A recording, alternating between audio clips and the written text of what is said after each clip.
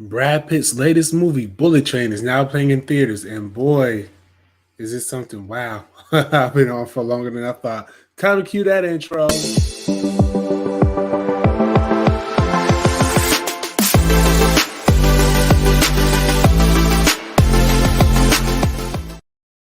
Yo, what's up, everybody? Welcome to another installment of BrickWall Reviews.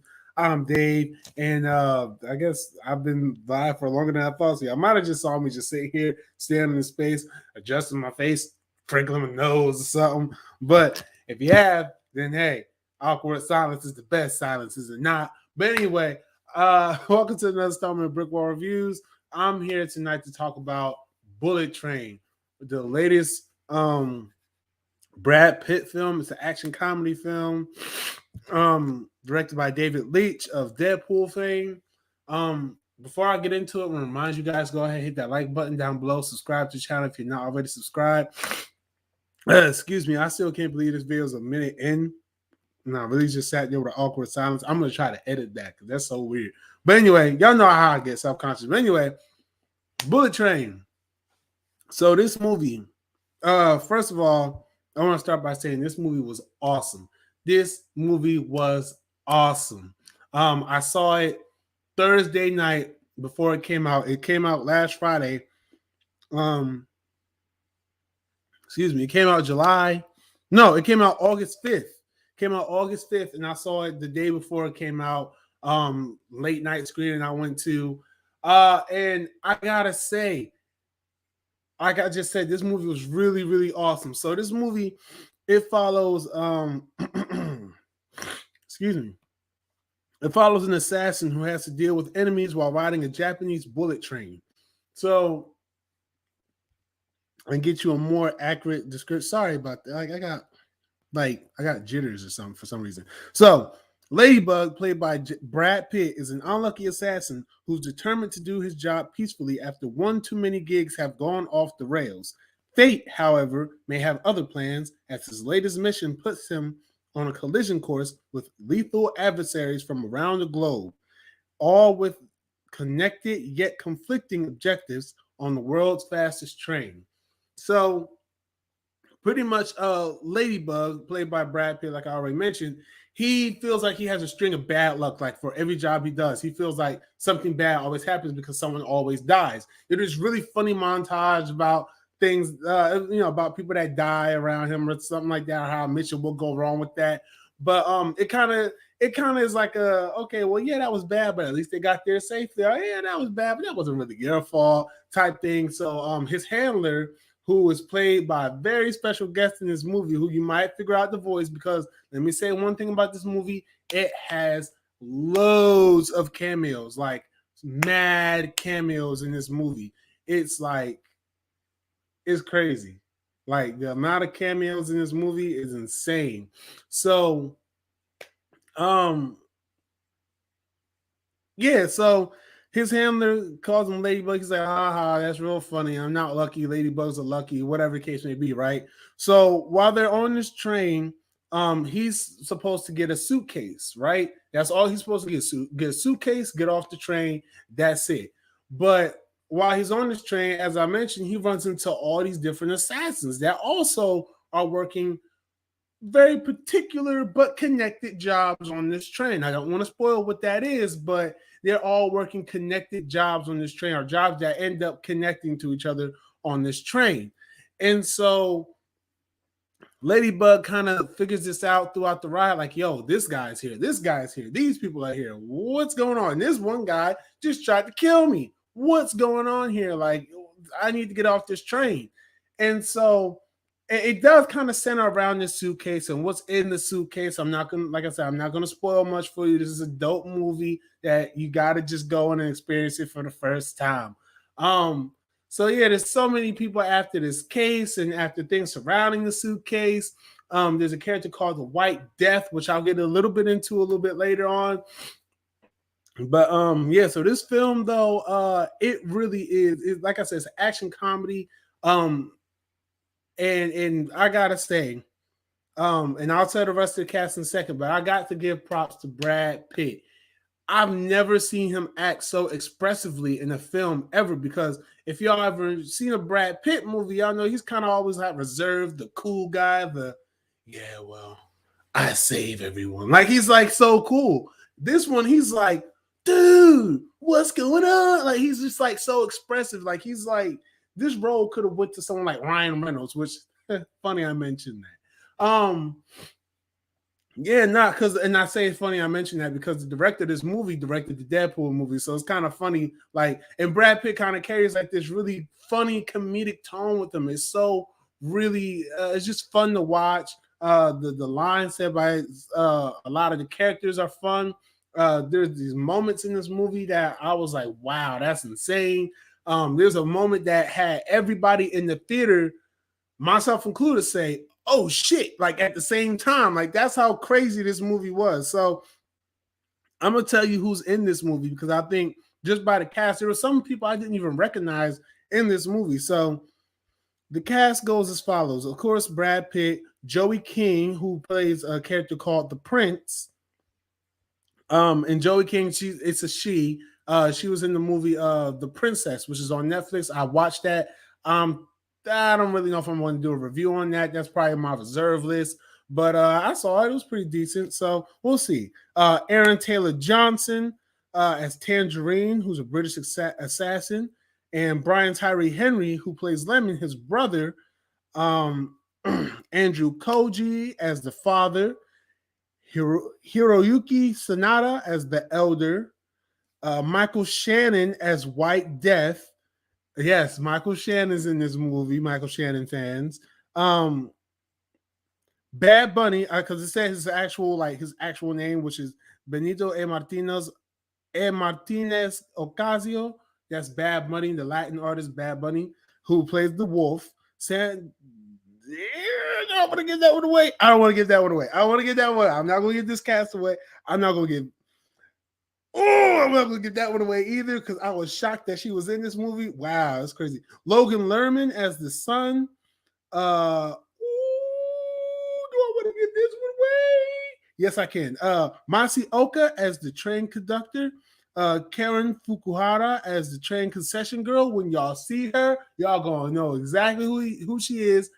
Big hint, especially if you watch The Boys, you will know exactly who she is. And I couldn't place the name, and I was like, who is that? I was like, I know who that is. I couldn't figure it out. So when I got home, I looked it up. I said, yo, that's who that is. Y'all gonna figure it out. And like if you watch The Boys, like you already know exactly who I'm talking about.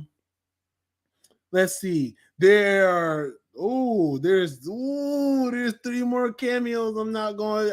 Nope, not going to admit those. So, like I said, just by the names that I omitted from saying, and I know there are more cameos in here that have yet to be discovered, but just from the 4 names that I omitted from this, you could already tell, like, yo, this is like 5 names that I omitted from this. Actually, you can probably be like, wow, is that cat? Like, because to me, some of these cameos, especially one character in particular, 2 of them in particular, actually, no, three cameos in particular, I was like, yo, I can't believe that they're in this movie. Like, that's so funny. Like, wow, big props to them for being in this movie. Some standout actors, Aaron Taylor Johnson, I did not recognize him. I don't see Aaron Taylor Johnson in a lot of movies anyway, but I'm looking at him the whole time. I'm like, yo, I know who that is. And he does this big British accent. Same thing with Brian Tyree Henry, who many people know as Paperboy from Atlanta. He's in this, and I loved his character. I loved his performance, and I gotta say, like, y'all, if y'all been long-time viewers of the channel, y'all know that I'm absolutely excited about Brian Tyree Henry and all that he's been doing in the acting field. He's gotten so many roles. He's been in Marvel movies. He's been in, in smaller, I guess you could say, independent films. He's been acting amongst the big dogs. And one of the biggest dogs you can act against is Brad Pitt. And I'm like, yo, he's out here making these moves, dog. And so I'm like, I'm hyped that he was in this movie, and he did such a phenomenal job. Like, I loved it. I loved it. And if they do a Bullet Train 2, slight spoiler, he can come back for a sequel. I'm just saying, I would like to see it, or I would like to see him and Brad Pitt in another movie because they do have some scenes together. And I was like, yo, the chemistry between a lot of these actors was amazing. But it's like, especially with Bad Bunny being in here, he has a moment with Brad Pitt. You know what I'm saying? Like I said, Brian Tyree Henry, Aaron Taylor Johnson. Like Brad Pitt has this charisma on screen that when these other actors act against him or act with him, it's like, yo, y'all could do some more together. I would love to see that. I would love to see more in this universe. You know what I'm saying? Maybe not necessarily a sequel, because because this was such a like, I don't know, it feels like lightning in a bottle. This movie does. I truly thoroughly enjoyed it. Like I say, the farther you get into the movie, you get different mysteries revealed. You get kind of like a little bit of tension because there's one character in particular, like, oh, if they don't catch that motherfucker right there. And so there's a couple of good fake outs in this movie. And again, it's just really fun. The main character of Ladybug is just so much fun to spend time with in this movie. This movie is over 2 hours long. Let me see, because I think it's like almost 2.5 hours. I don't know, 126 minutes. Y'all know I'm bad at math, so but yeah, this movie's over 2 hours long, but honestly, it's not a bad 2 hours. Like, you can feel the length a little bit, but even in that, it's just like, well, I don't mind because it's so much spectacle and so much action. So it moves kind of like fast paced, like they don't linger on things for too long. It kind of shows you something to move, One thing I didn't really like about it though was this is one of those movies where it kind of like, oh, this is this character here. Well, let me show you their backstory real quick. Excuse me. Yeah, so it's like, this is this character right here. Let me show you their backstory. This character there. Let me show you their backstory. It's one gag that they do with it that I was like, okay, I like it. I accept it. There were some parts of here I laughed really, really hard at. Because again, I can't emphasize enough that this is an action comedy. So they do a lot with the comedy. And the action is very, very, like, gosh, I love the action. It's like not to diss Marvel, but the action was more comprehensible than the Marvel film. Like, you can take time and soak in these characters fighting, these characters doing these stunts, these characters taking these I wouldn't expect and fighting with them. Yeah, it's really funny, and I really cannot say enough about Brad Pitt's performance in this movie. Like, because even in the trailers, that's what drew me to this movie. I was like, yo, that's Brad Pitt doing something different. I can't emphasize enough how incredible Brad Pitt did in this movie. Shout out to Brad Pitt. Like, this was so much fun to watch him in this role as his character, and it was just fun. It was fun. If that's the highlight, if it's one thing that I say I like about this film, that I love about this film, it's Brad Pitt's performance. Something I dislike, like I said already, was all the flashbacks and stuff like that. They kind of got a little excessive at times, but that's something I can forgive because they still were interesting. But at a point, it was just like, okay, so we're doing this. Okay, all right, I get it. But other than that, this has a great third act climax, a pretty interesting twist. Yeah, it's just fun. It's really, really fun to watch. I enjoyed it. I had a great time. I don't know what else I could say about this movie without really spoiling it, because I don't want to spoil it, because I do think that there are a lot of cool and interesting plot beats that are best experienced without knowing what they are. So yeah, so that's that. This is an R-rated movie, but there's no sex or nudity in it. It's really just a lot of violence, a lot of gore, a lot of violence, a lot of gore. Especially in that third act, you get a lot. It's like, whoa, like that old shit moment I told you about. Yeah, that was one of the most like hands down. That was one of the most violent moments of the film. Like I was like, oh, and this film was bonkers, but that was a little much. But it was still fun. In language, there are, they say F word, S words, they say, curse words and slurs and stuff like that. But other than that, no, like I said, there's no like sex, there's no nudity or nothing. Like there's no one walking around with boobies and dicks all out and stuff like that. So I say that to say that if you are a parent or a guardian or a sibling or something who maybe wants to take their younger kid to this movie, it's not a bad film to take them to. It's not. Do that at your discretion, as we always say here on the channel, at your discretion. But I, for one, it's just violence and language, really. So other than that, it's perfectly fine to watch with maybe a mature kid or a kid that you feel can handle it. Let me see.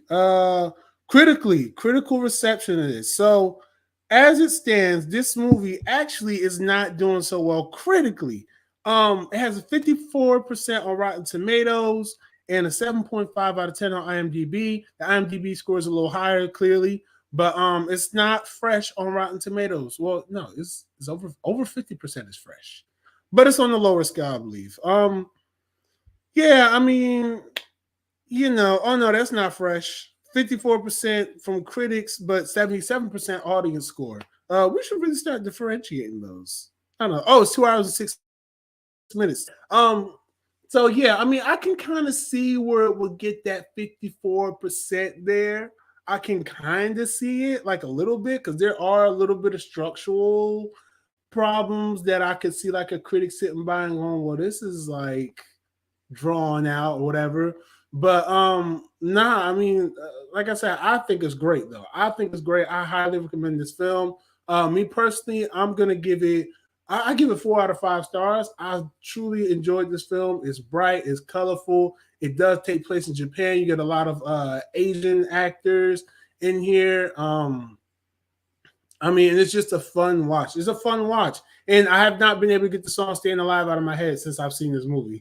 And I want to hear it in Japanese. That's the crazy part about it. Because they do have the song in Japanese. And they have the song, I Need a Hero. They have that in Japanese too. I freaking love that song. This is one of the movies that uses that song to great effect. And the magnum opus of using that song to great effect was obviously Shrek 2. But this falls in. This is up there in that probably like top 10 probably. I don't know. I could be wrong. It could be 8 other films that do it better. But anyway, that's all I got to say about this film. Bullet Train now playing in theaters. Get your ticket. I don't know where it'll be streaming whenever it streams, so I couldn't tell you that. I would imagine maybe HBO Max. No, wait, this is Netflix because this is Sony release, and Sony has that deal with Netflix. Will stream on Netflix after they're released in theaters, after they're done with their theatrical run. Speaking of which, Uncharted is now on Netflix as well. I do plan to do a review on that. And tomorrow night, Sam will be here for her BrickWall anime review of Bubble, which is an anime film on Netflix, which I thought was really, really good. But I'm getting it confused with another film I like on HBO Max called Belle. Oh, that film's amazing. That film's amazing, guys. But that's not, I don't do BrickWall anime. She does. So she'll be reviewing that maybe at some point if I can talk her into it. But make sure you guys come here tomorrow night for Sam's BrickWall anime review. Outside of that, that's all I got for you guys tonight. Thank you all for tuning in. I'm going to try to edit out that awkward silence if it's still there, if it still exists, if it actually exists, or if my computer's just playing a prank on me. But until then, guys, stay easy, stay breezy, take it one day at a time, stay cool if you're in the heat, and peace.